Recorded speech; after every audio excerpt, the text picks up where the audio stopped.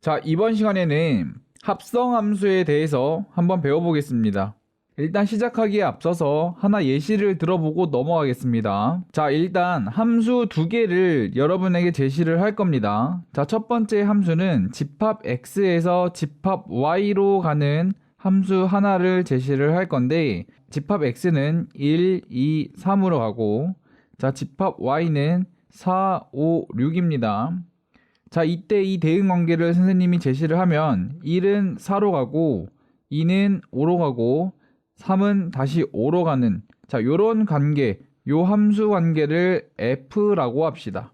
자, 그리고 하나 더 함수를 제시를 할 건데, 자, 이번에는 정의역이 Y고 공역이 Z인 함수 하나를 제시를 할 겁니다. 자, 마찬가지로 Y니까 4, 5, 6이 되겠고 Z는 7, 8, 9라고 합시다. 자, 이 상태에서 4는 7로 가고 5는 9로 가고 6은 8로 가는 요런 함수 G를 제시를 해볼게요.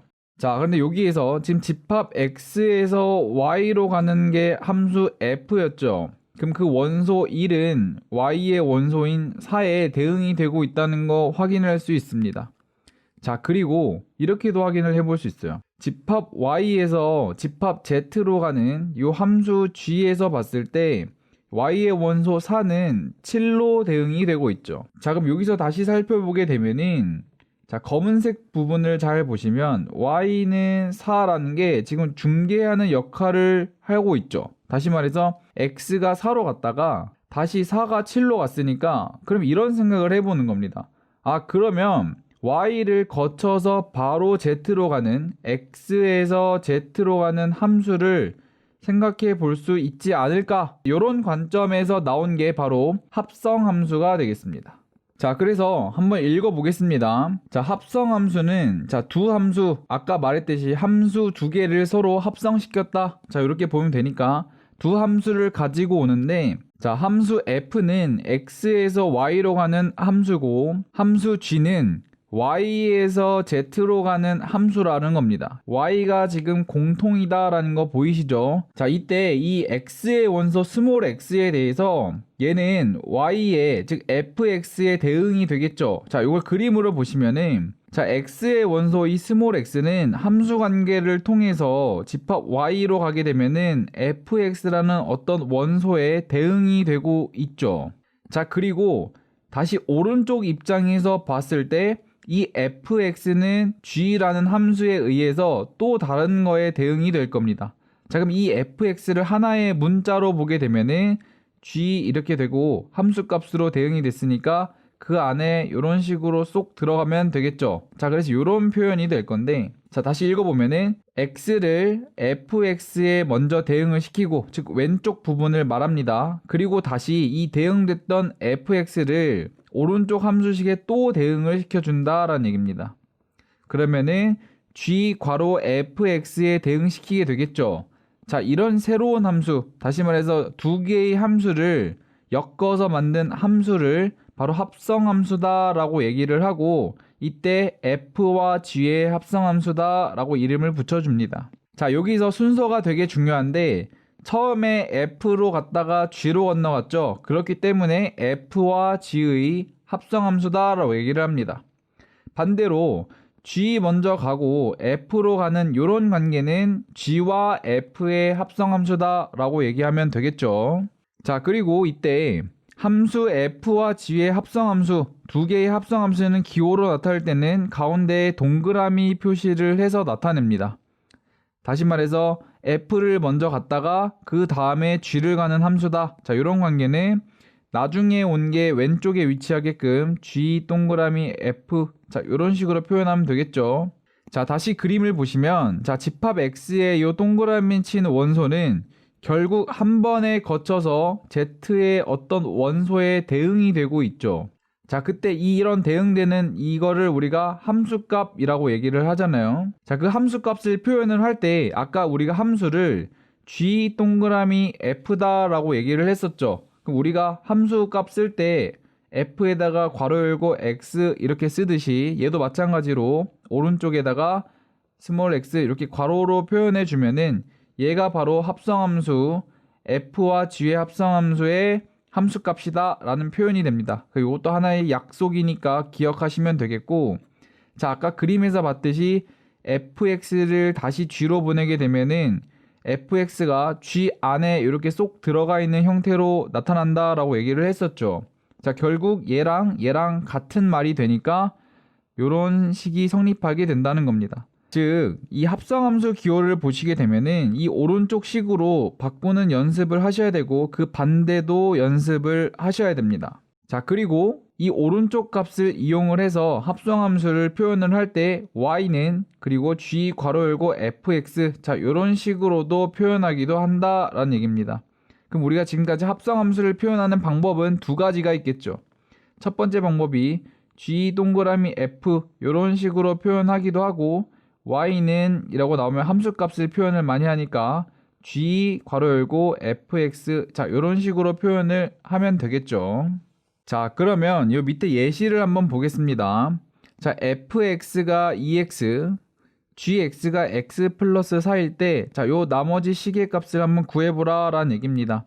자, 그럼 먼저 첫 번째 경우를 한번 해보겠습니다. 첫 번째, g 동그라미 f, 자, x는, 자, 이렇게 나왔을 때 합성이 나왔다라는 얘기는 빨리 g 괄호 열고 fx의 형태, 다시 말해서 fx를 g에다 대입하면 되겠죠. 자, 그러면 여기서 문제에서 fx가 2x다 라고 얘기를 했으니까 지금 g 괄호 열고 그 자리에 2x의 형태가 들어가게 될 겁니다. 그러면 요 x 자리에다가 2x를 대입해 주면 되겠죠. 그래서 얘를 계산하게 되면은 2x 플러스 4가 된다는 거 확인할 수 있겠죠. 자, f 동그라미 g 괄호 열고 x, 자, 이런 식을 찾아내면 되는데, 자, 합성의 기호가 나오면 빨리 f에다가 괄호 열고 그 안에다가 gx를 대입하라 라고 얘기를 했었죠. 자, 그럼 여기서 gx는 x 플러스 4니까 다시 말해서 fx 플러스 4를 뜻하게 되는 겁니다.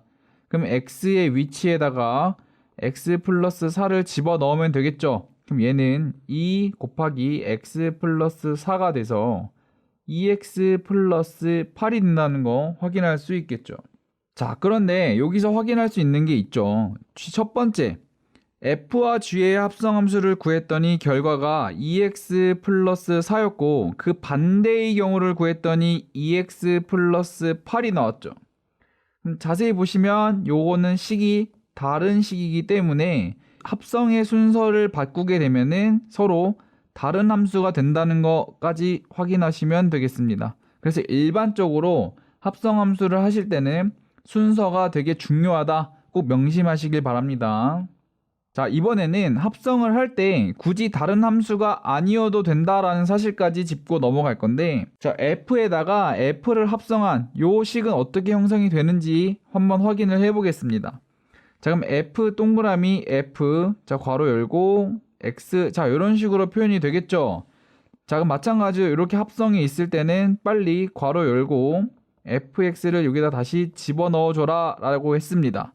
그럼 fx가 지금 2x니까 f2x가 되겠죠. 그럼 요 2x를 x 자리에다가 대입하면 되니까 2 곱하기 2x가 돼서 4x가 나온다는 거 확인할 수 있겠죠. 자, 마지막으로 g 합성 g는 여러분들이 직접 해보시길 바랍니다. 자, 그래서 우리가 여기서 짚고 넘어가야 되는 것은 이 합성의 순서를 바꿨을 때 서로 같은 함수는 아니다, 즉 항상 같은 건 아니다 라는 겁니다. 자, 그리고 합성을 할 때는 굳이 다른 함수가 아니라 서로 같은 함수를 두 번 합성해도 된다. 자, 요 사실까지 알고 넘어가시면 되겠습니다. 자, 문제 104번 보겠습니다. 자, 그림은 두 함수, 첫 번째 함수는 x에서 x로 가는 f라는 함수를 나타냈고 두 번째 그림은 x에서 x로 가는 g 함수의 그래프를 나타낸 겁니다. 자, 이때 문제에서 자, 요거의 값을 구하라 라고 얘기를 했으니까, 자, 합성 기호를 보면은 빨리 괄호 열고 g 괄호 열고 f1, 자, 여기다 대입하면 되겠죠. 자, 그럼 우리가 먼저 찾아야 되는 게 이 f1의 값을 찾으면 되니까, 자, 지금 f1은 보시면 5로 간다는 거 확인할 수 있죠. 그렇기 때문에 얘를 다시 쓰게 되면은 g5가 되니까, 자, 마찬가지로 g5를 구하게 되면은 5는 지금 9로 가고 있다는 거 확인이 되죠. 그래서 얘는 9가 된다는 거 알 수 있습니다. 그래서 답은 5번이 되겠죠.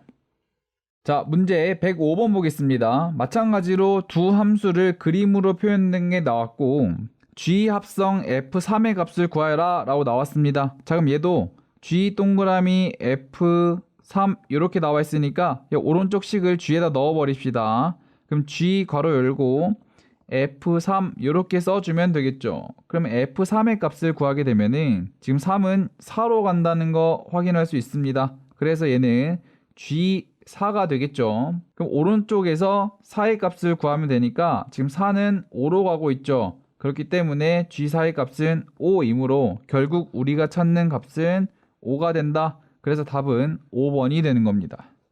자, 문제 106번 보겠습니다. 두 함수 fx와 gx가 주어져 있고 그때 오른쪽에 값을 구하라 라고 했으니까 천천히 한번 대입을 해 보겠습니다. 자, 먼저 g 합성 f에 2를 대입을 했다라는 것은 이걸 다시 표현하게 되면은 g에다가 f2의 값을 대입하면 되겠죠.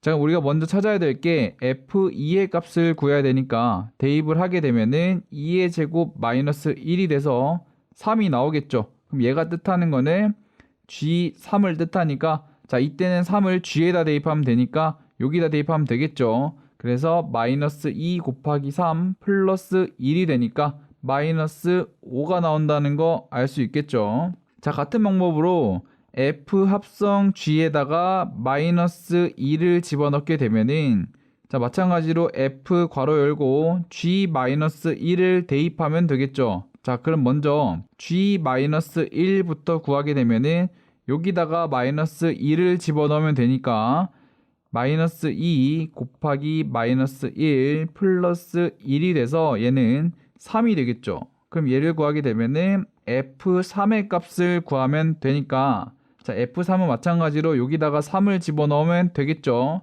그래서 3의 제곱 마이너스 1이 돼서 8이 나온다는 거 확인할 수 있습니다. 자, 그래서 문제에서 이 두 개의 값을 서로 더하라 라고 했으니까 답은 3번이 되겠죠.